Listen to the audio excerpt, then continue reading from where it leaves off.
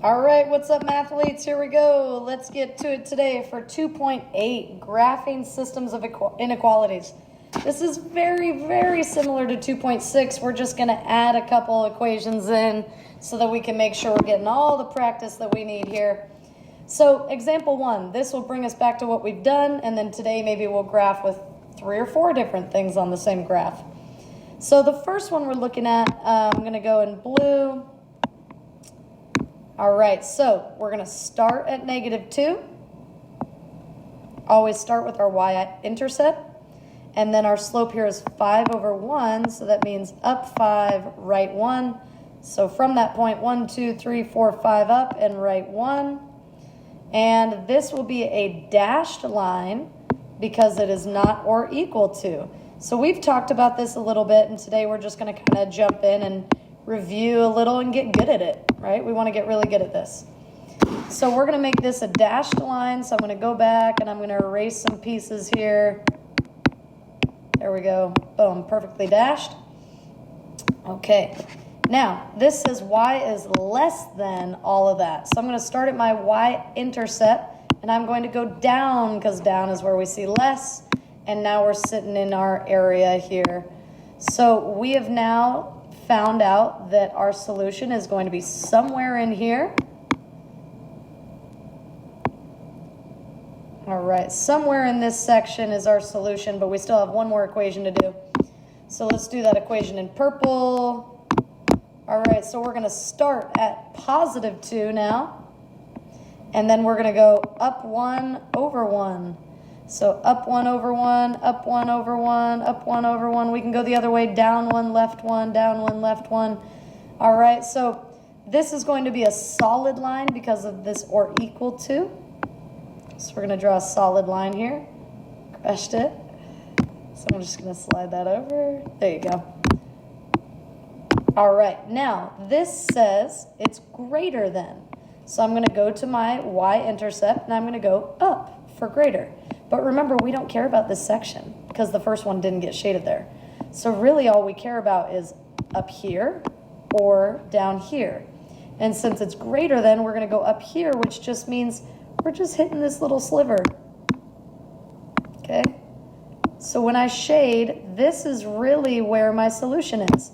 So make sure you go back and solidify where that solution is. I might just shade it in a little bit darker to really finalize where our final answer is. You can even go back and erase some of this a little bit so that you can tell better where it is. All right, let's practice this one. So we're going to start with this first, that is y is less than -3. So y value at -3, it's showing that there is a y value at -3 no matter where we are. So that's a horizontal line. Okay, so we're going to do a horizontal line, but it's going to be dashed because it's not or equal to, and it's saying that we are less than. So we're going to shade below. So again, what that's told us is we don't care what's going on up here. Our solution is somewhere in here, and we're going to add one more restriction. Well, before we can do that, we have to solve out for y. So I'm going to start by subtracting 2x. And subtracting 2x over here. So then we have 3y greater than or equal to -2x minus 3, because these are not like terms. We're just going to put them next to each other. And then we divide with +3, which means we do not need to flip our sign. So y is greater than or equal to -2/3x minus 1 once you divide everything by that 3. And now we can go ahead and graph this line. So starting at -1, we're going to go down 2 because it's negative, and right 3. Down 2 and right 3, and we ran out of room, so I'll go the other way. Up 2 and left 3. And this will be a solid line because of that or equal to. So we're going to draw a solid line here. Got it the first try. All right, and that tells us it's greater than. So from here, I would go up. So everything here would be shaded. But again, we only care about what's going on down here. So even though I would have shaded all of this, the only thing I really need to shade is right here. So I'm going to go ahead and shade in this little spot here, and solidify my answer. Make sure you all know that the final answer is just that little bottom right corner. All right, so a little bit of review here. We talked through this. We've talked through this in 2.6. We use a solid line when it's or equal to. So either one of these signs gets us a solid line, and a dashed line is when it's not or equal to. All right, so that works the same as when we fill in our circle here when we're graphing on the number line, and we keep our circle open here when we're graphing on the number line. And if I'm going to shade above, that means we're talking about greater than. So y is greater than, we're opening to the y, or greater than or equal to. And then shading below is going to be less than, we're pointing away from the y, or less than or equal to. All right, so let's go ahead, and of course, a couple of this changes for our x's, right? So if I have x is greater than, we're going to shade to the right, because our x's go to the right as they get greater. And if I have x is less than, we're going to shade to the left. Okay, that'll only be if we have that vertical line. All right, so speaking of vertical lines, here we go. So if I have an equation like this, some number is less than x, which is less than another number. These also can have or equal to's in there. Then what that means is we're creating a boundary.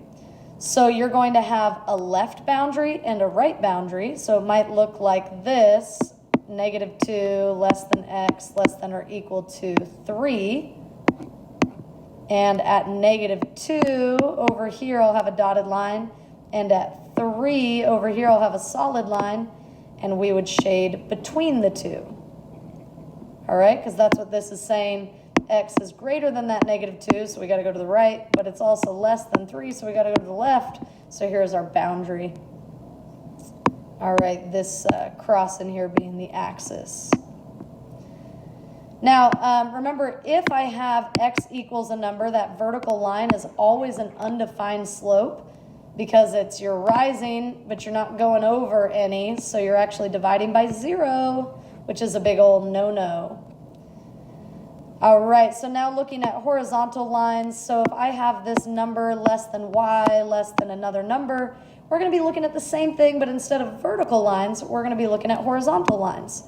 So if I have a graph here, if I have a graph here, and let's say our example is, well, we'll just do the same thing, -2.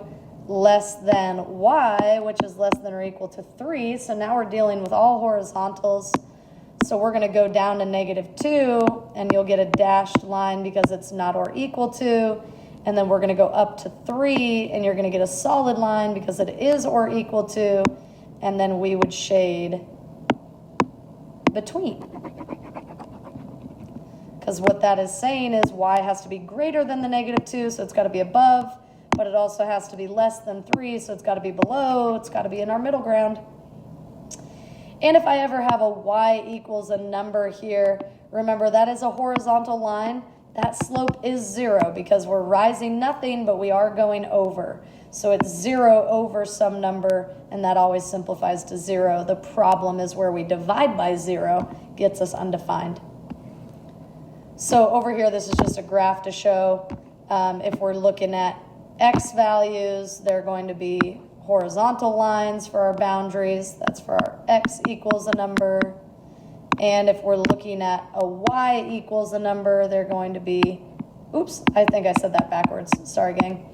If it's x equals a number, we're going to be looking at a vertical line.